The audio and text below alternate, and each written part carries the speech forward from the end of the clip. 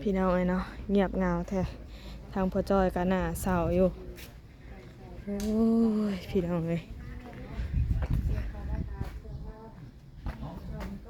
โอ้ยเป็นจังไดเนาะพ่อจ้อยโดยพอสบายดี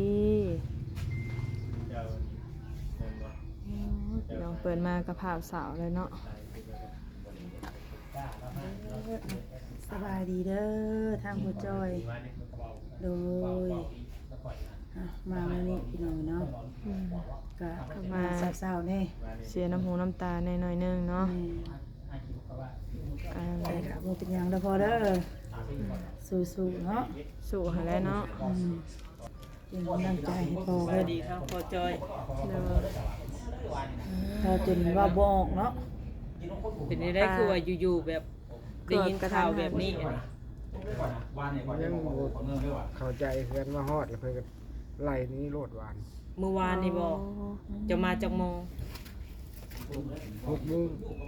เออ จะมา6 โมงแรง บัดนี้มาแล้วยังบ่ได้ถามเหตุถามผลยังบ่ บ่ และปกติเราเคยเป็นอยู่บ่ลักษณะแบบนี้ เป็นครั้งแรกบ่ แม่ โอ้อืมย่านว่าตามนี้กันเรื่องขายของบ่เบิดบ่หรือว่าใดๆมากกับเพิ่นบ่ได้เว้าเหตุเว้าผล บ่ มีแต่ไล่พอจอยนี่นี้ แม่ เว้าถึงขันเลิกลากันเลยบ่พอ แม่ บ่รู้เหตุผลเนี่ยแบบนี้เนาะ นี่แต่มันว่าไกลรถ อืม แนวหาบ่กุ้มค่อยเพิ่นว่า โอ้ สิจะกลุ่มบ่กลุ่มแน่เนาะของทางโปรมันก็ยังไปค้าขายอยู่เนาะ ไปหาเนาะบ่แม่นว่าเฮาไปเอา แม่น ไปซอกไปหาได้บ่ได้มันก็บ่ฮู้ได้คือว่าแหละ อืม คือว่ายังเหลือเครื่องมาได้บ่หรือว่าแนวใด แม่ยังลายเถิดเกลือ อืม เขาขายไม้อะนะเนาะเขาขายไม้ครั้งแรกมันก็สิแบบนี้แหละ ยังบ่ ลูกค้าเขายังบ่ฮู้เขาก็สิยังบ่ทันได้ซื้อหลาย โดย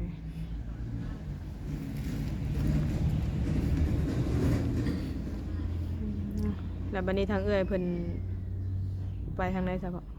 ไปแล้วบ่ ย่างออกไปพุ่น เอาโอ้ยเนาะ ถ้าเงยโทรมาหาเจ้าตอนได้ซะสมมุติ 8:30 อันที่ว่าอันแนะนำมาให้ทางเฮาเข้ามาอันใด แม่น มื้อนี้บ่ อัน มื้อนี้ได้ เราคอยนะแปลกอยู่เราว่าฮัลโหลเราอยู่ไซคนงามเราว่าสินะเขาว่าอยู่เพื่อนพี่ได้เอ้ยมีเวียกหยังบ่เนาะว่าเข้ามาหาเอ้ยเด้อนี่เด้อเราว่าสินะเอ้ยมีเวียกสิเว้านํเราว่า อืม บัดนี้หันสิได้แยกกันได้บัดนี้เราว่าเอ้าก็เลยตกใจแยกตัวก็แยกหยังเนาะก็อันน่ะเอ้ยโทรเบิดแล้ว อันทางทีมงานช่อง YouTube น่ะมีแต่ว่าให้เจ้าเข้ามาอันหาเอ้ยไวๆเด้อเราว่าสินะเห็นแต่เราว่าเราสิแยกก็จะมาเคลียร์กันเรื่องคลิปเราว่าสินะบัดก็บ่ฮู้ว่าแยกหยังเดี๋ยวเพิ่นก็วางไปเมื่อเช้านี่ฮะหรือว่าแยกก็พอจอยนี่บ่หรือว่าแนวใดเนาะ แม่ โอ้ โอ้สิโทรมาให้มาแยกกับพ่อจ้อยนี้ กระบะ ข่อยสิแยกกันได้ว่ะ ก็คือว่าเนี่ย ผู้เฮารับโทรศัพท์เฮาก็งงอ้าวแยกหยัง แต่ว่าบ่ ดู ได้ผิดกันมาบ่ อืม บ่ อืม ก็บ่ได้มีคำน้อยคำใหญ่ให้กันเนาะ บ่มี อืมมาผัดเป็นผูดผาดเลยบัดเดียวก็คือว่าเอาหั่นแหล้วก็ทำใจบ่ได้แล้วก็เว้าหยังก็เฮาบ่ออกพุ่นแหล้วเนาะพ่อเนาะ แม่ หาสาเหตุบ่เห็นเด้เหตุผลก็บ่มีหยังก็บ่พอรถจักเฮ็ดผิดหยังก็บ่ฮู้เลยทางพ่อจอยแม่นบ่ แม่ คันว่า จักยังเลยนะมาฮอดแล้วก็นี่มาฮอดปั๊บเครื่องเอาเครื่องลงแล้วเพิ่นก็ว่ารถจะไปรถว่ะ อืม วันนี้รู้สึกแปลกๆอยู่ว่าอันแบบอาการของเราเจ้ารู้สึกแปลกอยู่บ่ รู้สึกแปลกช่องมือ แต่เจ้าเห็นเราเฮ็ดหยังในห้องในหยัง มือชื่นนี่ก็ตั้งจะแปลกอยู่ว่าเบิ่งก็คือว่าจะสิมาเมาแหน่มือชื่นนี่ก็ได้ โอ้ เจ้ารู้สึกว่าเราเมาหยัง เบียร์ เจ้า โอ้ กิน เรา เบี กิ ย น ร์บ่ เบียร์ลาย อืมกินเบียร์แต่ เรากินแต่ไรมาบ่เบียร์หรือว่าแนวใด เจ ตะกี้ก็กินอยู่ หลังจากได้มาอยู่นำกันเลยก็บ่ได้กินหั่นน่ะ อืม ก็คือว่าเพิ่นสิยาเลยก็เรามาเห็นกินมื้อชื่นนี้ อืมก็จะน้ำตาไหล แต่มื้อนี้ถ้าว่าเพิ่นบ่เอาแล้วก็เจ้าสิกลับพุ่นบ่ โดย เมื่อหาลูกแม่นบ่ โดย กลับไปนนซันพุ่นแล้วพอเอ้ยเนาะไปหาลูกหาเต้ากลับไปพุ่นแล้วอยู่น้ำเพิ่นน้ำลูกน้ำเต้า เราก็เบิ่นกระสุเนาะเฮ็ดอันค้าขายก็เข้าแบบว่า อยากให้ครอบครัวอบอุ่น นับแต่หนึ่งข้าวหนึ่งน้ำยังบ่ให้หนึ่ง โอ้ แพงเมียแม่นบ่ ตามใจทุกอย่างนะเนาะโอ้ย แบบว่า เฮ็ดเบิดทุกอย่างอีหยังลำได้บ่ได้ให้ตักให้ยุ่มเลยมีแต่พอจอยอย่างเดียว แม่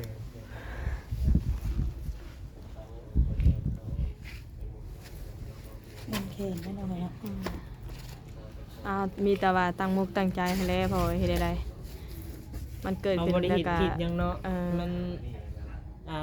เป็นความตัดสินใจของเราเอง ถ้าว่าเราเลือกแบบนั้นก็ปล่อยเราไปเนาะถ้ายื้อไว้ก็คนที่ถูกใจน่ะคือเจ้า แม่น ที่ยื้อไว้มันก็บ่มีความหมายถ้าว่าใจเราบ่ได้อยู่นํเจ้าก็คือเก่าแน่คือเว้าแน่ ก็มีแต่ว่าฟังเบิ่งอีกเทื่อนึงเนาะถ้าเอ่ยเรามาหรือว่าอาจจะเป็นช่วงที่เราเมาบ่ที่เราเว้าเนาะหรือว่าแนวใดแม่นบ่ แม่น แม่นบ่ แม่นแม่น บ่แม่นได้แม่นอยู่อันเด้ อืมบางทีเราส่วงเมาแล้วอาจสิเปลี่ยนใจก็มี อ่า เนาะ บางเทื่อผัดเมาผัดเว้าภูมิพายได้เนาะเฮ้ย แม่น เออ ส่วงเมาแล้วอาจสิดีกันก็มี อืม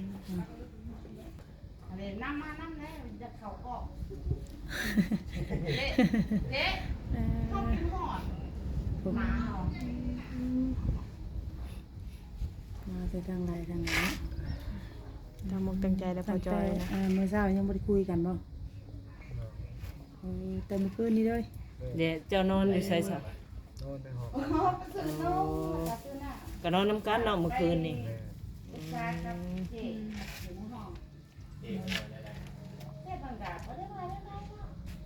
อืมแต่ว่า สม เมื่อ มุ คืน ติว่ามื้อนี้ก็ได้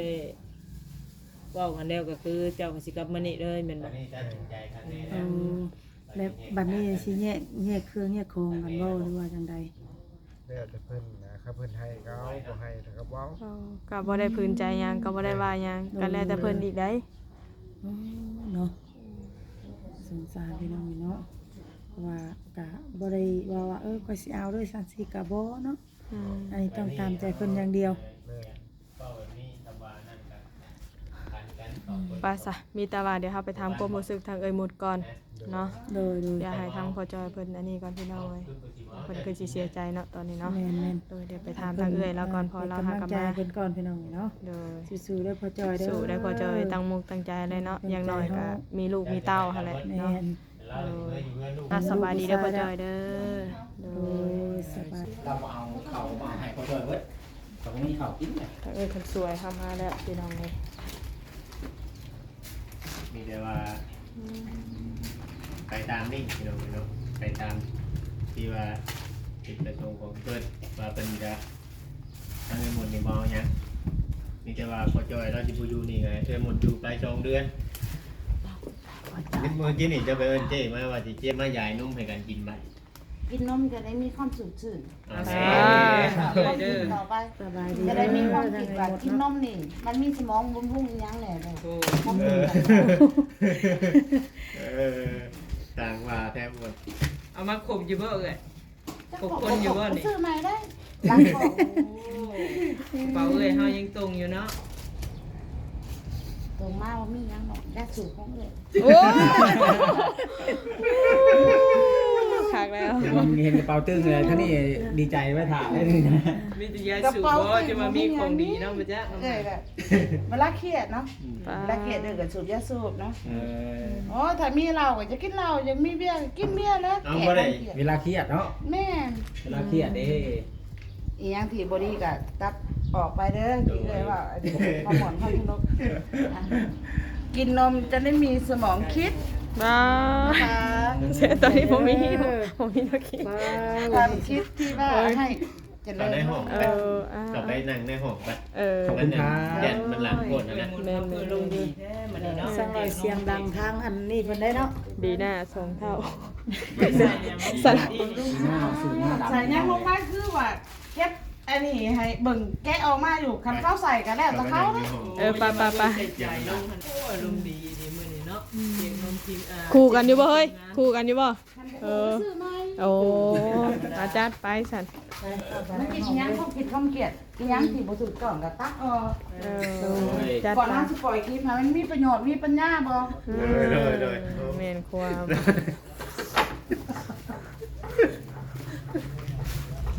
ไปตอนไหน เฮ้ยสมบัติเราเคยยังอยู่ เอาดีๆเด้อ มันบ่ต้องกับคนนี่นะ โอ้จักสันติไป ใช่แล้วเถาะแล้วเป็น ขายเครื่ ป้า องแน่นี่เนาะ เขื่อนยังลายแท้เนาะ นี่แหละมันหัวมือเต้าหัวหัวอันนี้ ลายเซนตัวได้นี่เนาะ กองที่เพิ่นขายบ่เบิด ว่าง่ายว่าผมมีกำไรเลยเมื่อวานนี้ บ่แบบว่ามันบ่ค่าไม่เนาะก็แบบนี้นะ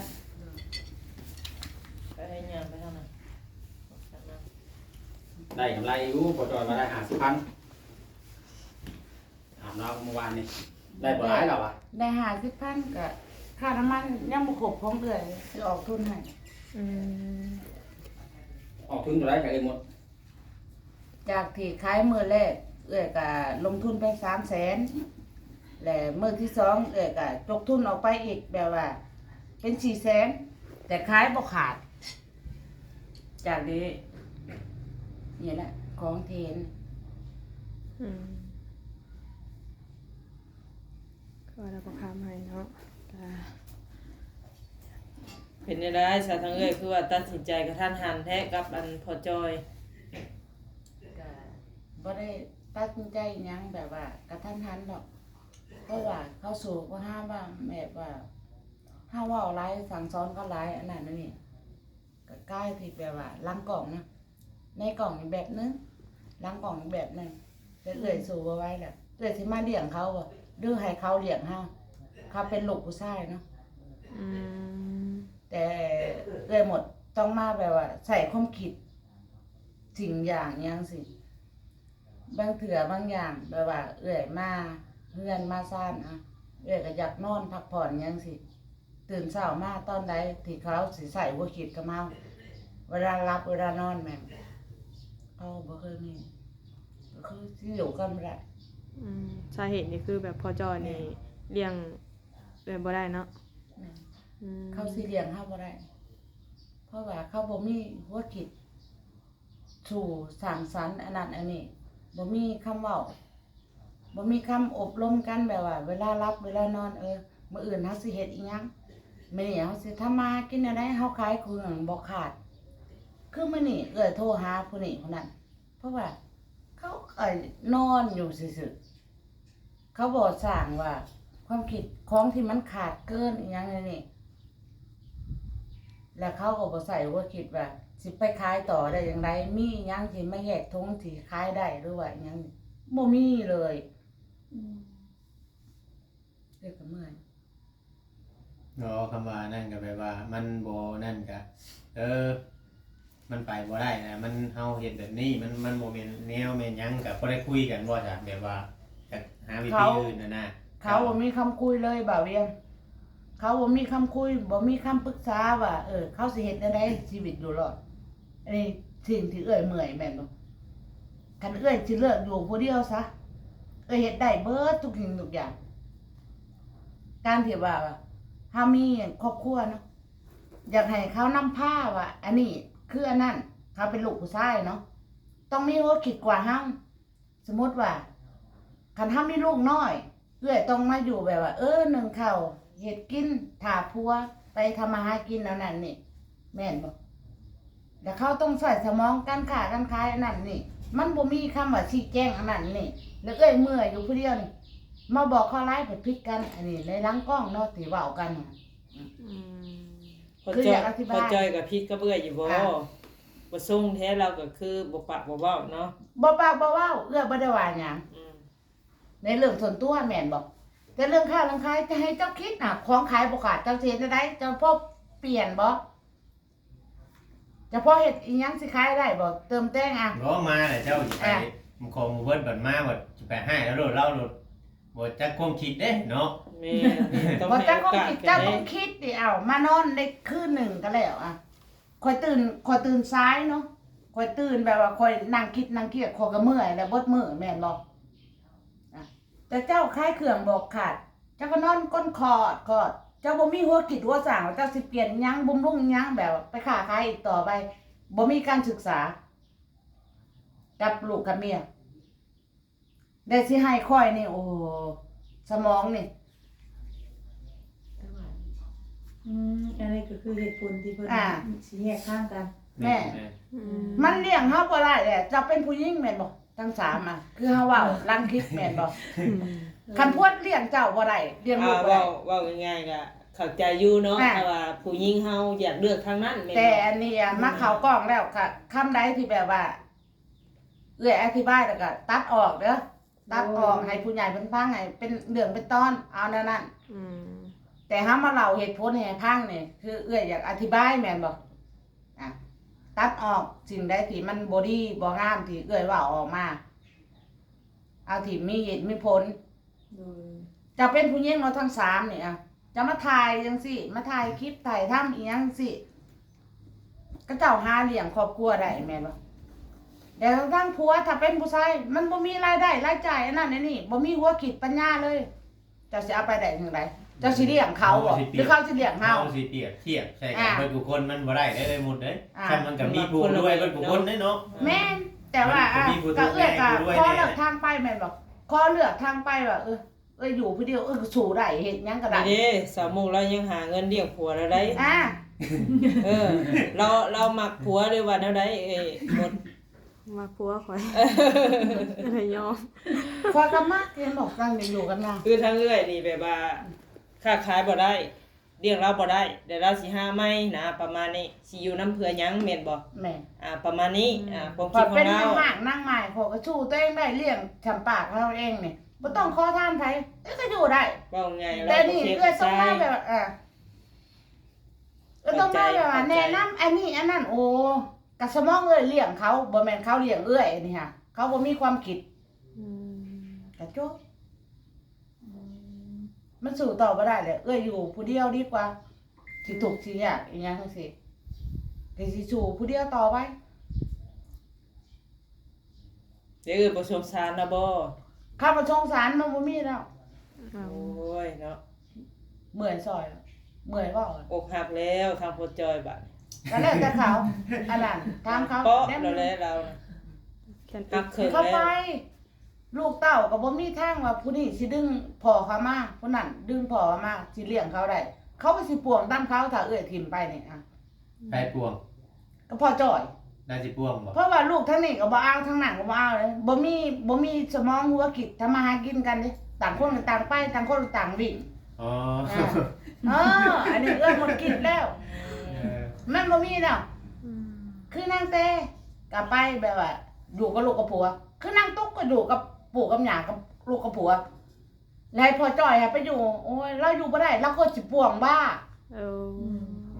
คันเอ้ยดึงเอ้ยเป็นผู้ผิดแบบว่า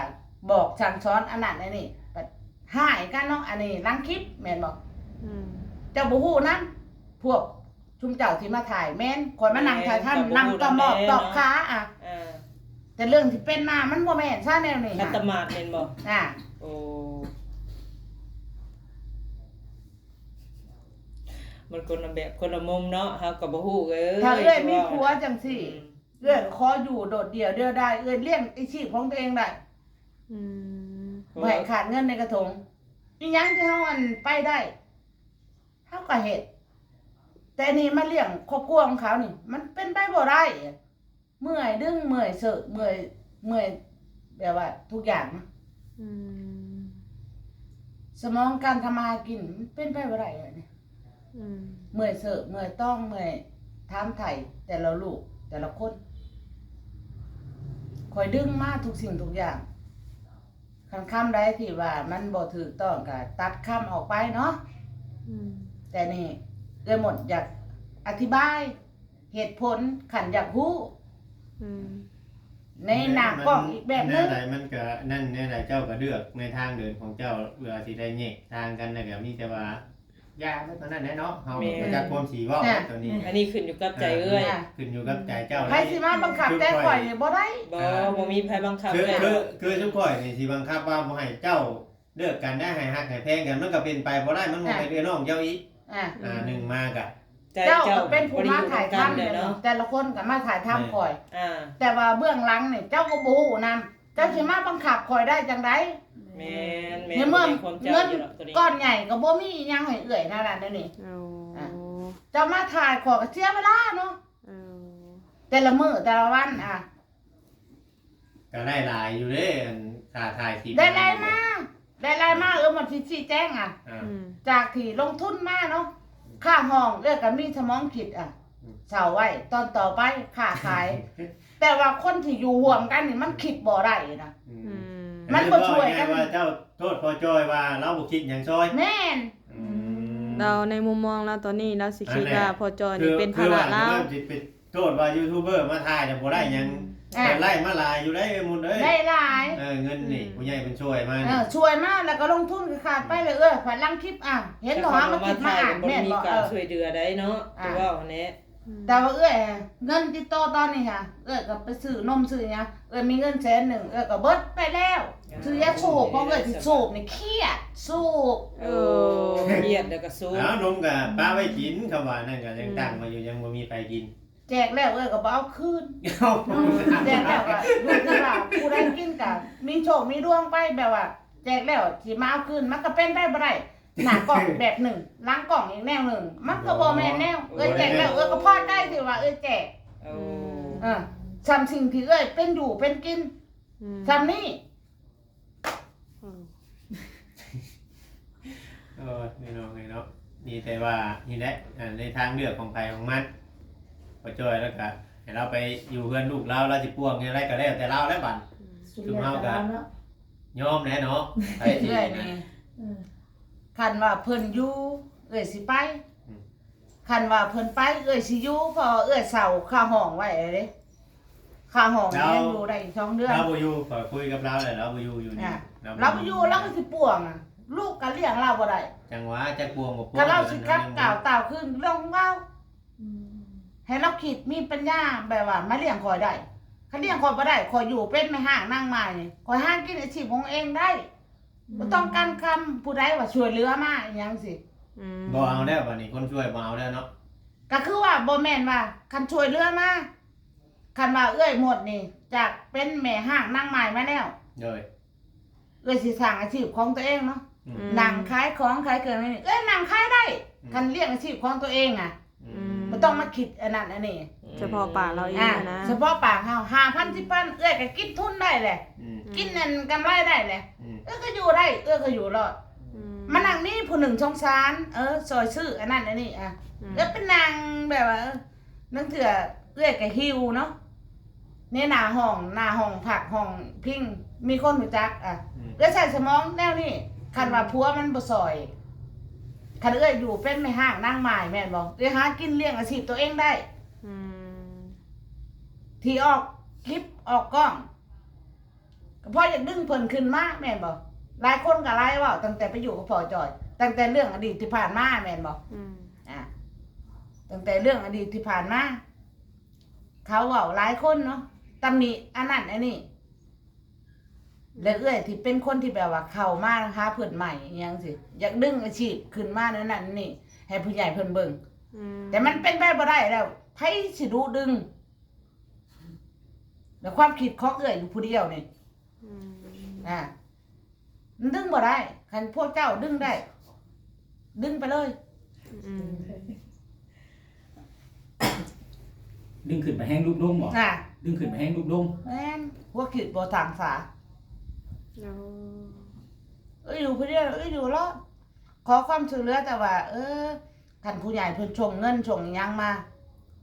สั่ง10 ล้านหนึงอยู่ได้ตลอดชีวิตต่อไปค้าขายอันนั้นอันนี้เพราะว่ามีสิทธิ์ เคยให้กันอยู่บ่ตั้งแต่ชุมเฮายังบ่ได้ถ่ายคลิปชุมเจ้าตั้งแต่ว่าเจ้ายังหมอกกล้องนี่เคยให้กันอยู่บ่ ที่ผ่านมา ที่ บ่ ผ่าน เค มาย บ่เคย บ่เคย โดย หากันมาให้กันค่า เก็บค่าเดินขาย เรื่องค่าเรื่องขายนี่บ่ โดย ฮะก็แสดงว่ามันผิดน้ำชุมเฮาบ่คือว่าแน่นะ อืม ที่ว่าให้ค่าให้ขายให้พัฒนาตัวเองมันยัง ให้กลุ่มเจ้าของเนาะ ให้กลุ่มเจ้าของหาเลี้ยงเจ้าของ เอาหวังดีบ่หรือว่าแนวใดเนาะ แม่ ถ้าเกิดเรื่องราวมากอะตั้งแต่ที่ลงคลิปที่หมดออกไปแม่นบ่ออกในกล่องออกไปนั่งสิแต่มีแต่ความคิดแบบว่าสร้างสาแนวนั้นแนวนี้อิหยังสิอยู่รอดไปรอดอิหยังสิก็สิเป็นคนที่แบบว่ามาบอกเนาะแต่เขาแบบบ่ใส่ใจหั้นนะบ่ใส่ใจในตามที่เฮาแนะนำนี่ เมื่อตะกี้อะเราพาไปตัดอ้อยตัดหยังหมุนตัดอ้อย อันนั้นก็เวียก ว่า ส่วนตัว เขาอยากเฮ็ดเขาก็เฮ็ดบ่อยากเฮ็ดตั้งแต่ล้างกล่องเขามาว่าเขาเฮ็ดแต่ว่าสู้ เราบ่ตัดมีแต่เจ้าตัดบ่ไปตัดอ้อย เป็นบางเถื่อบางที่มันคันบ่เห็นหน้าเขาก็บ่เฮ็ดมันสิเป็นอันนี้มันสิเลี้ยงได้บ่ไปรอดบ่ บอกง่ายๆว่าเจ้าอยากให้เราหาเลี้ยงเจ้าโดยตรงเลยบอกง่ายๆ ก็ จ้ะ คือแม่นบ่ว่าเวียง โดย ก็อยากให้แบบว่า จะเป็นลูกผู้ชายแม่นบ่จะมีหยังปรึกษากับเมียว่าเฮ็ดอันนี้อยู่รอด อันนั้นไปรอดหาสิอยู่จังได๋ขอยสิเลี้ยงเจ้าแนวใดบ่มีคำปรึกษานอนก็คือ เพ นอน ราะว่าบางเทื่อครอบครัวกับบางเทื่อมันก็บ่แม่นแต่ว่าผู้ชายสิหา ขอยก็บ่เลือกแล้วว่าหยังว่าพกกดไปหาเลือกผู้ใหม่ก็ดีกว่า ก็ว่าง่ายๆคือจิตใจของเรานี่ถ้าว่าผู้ชายบ่ได้ใจเราแล้วขอเดินจากนะบ่เวียงประมาณนี้ แต่เจ้าสิมาบังคับฟังให้ข่อยเว้าได้จังไดอ่ะ ผู้หญิงบางคนก็ผู้หญิงหาเลี้ยงผัวก็มี ผู้หญิงหาเลี้ยงผัวนี่ข่อยบ่เอาข่อยต้องการที่แบบว่า เขาก็มีหนูกับข่อยแล้ว โอ้ ว่าง่ายกับบัวหาเนี่ยเก็บ อ่า ไว้ ส ให้ เก เรา ลเอ้ยป่าน อันนี้บ่มีสร้างช้าบ่ได้มีแต่ข่อยนี่หาเลี้ยงข่อยก็อ้ายหมู่ เฮานี่หา อ้าย เลี้ยง หมู่ ผัว อ้ายปู่แล้วก็อ้ายพ่อแม่อ้ายการที่ว่าลูกผัวมึงไปอยู่กับนำกันเนาะเป็นอันนี้หัวคิดหัวสร้างก็อ้ายพ่อและแม่ได้ซะ อืม ก็นำพาหาบ่ได้ อืม เฮาสิมานำพาเขาเป็นไปบ่ได้ฮะเป็นผู้หญิงก็สมมุติว่าคือมีลูกน้อย อืม ต้องนั่งเลี้ยงลูกผัวต้องใช้สมองหาทำมาหากิน อืม อันนั้นอยู่ได้ผัดบ่มีหยังเลย สมัยเลยเนาะ โมเมนต์อันซอยกันหาจ้ะเนาะเราบางเทื่อเราบ่มีปัญญาเฮาก็แนะนำเราเฮาเห็นนั่นได้เฮาเห็นนั่นได้เฮาจังสิกุ้มเฮาจังสิอยู่รอดบอกเรา คะแนนนำหลาย เด้ ปรึกษาล้างกล้องนะนี่แบบว่าคะแนนนำหลายผัดบ่เฮ็ดหา โอ้มัน ก็เราก็ให้ มีแต่ว่าเดินทางไปอย่างเดียว คือนี่แหละเอาเว้ากันน่ะบอกว่า แจ้งข่าวเขาฮู้เพราะว่าข่อยอยู่บ่ได้แล้วนั่นนี่ถ้าเฮ็ดเก็บเครื่องเก็บของเอาไปโลดข่อยสิแค่หยัง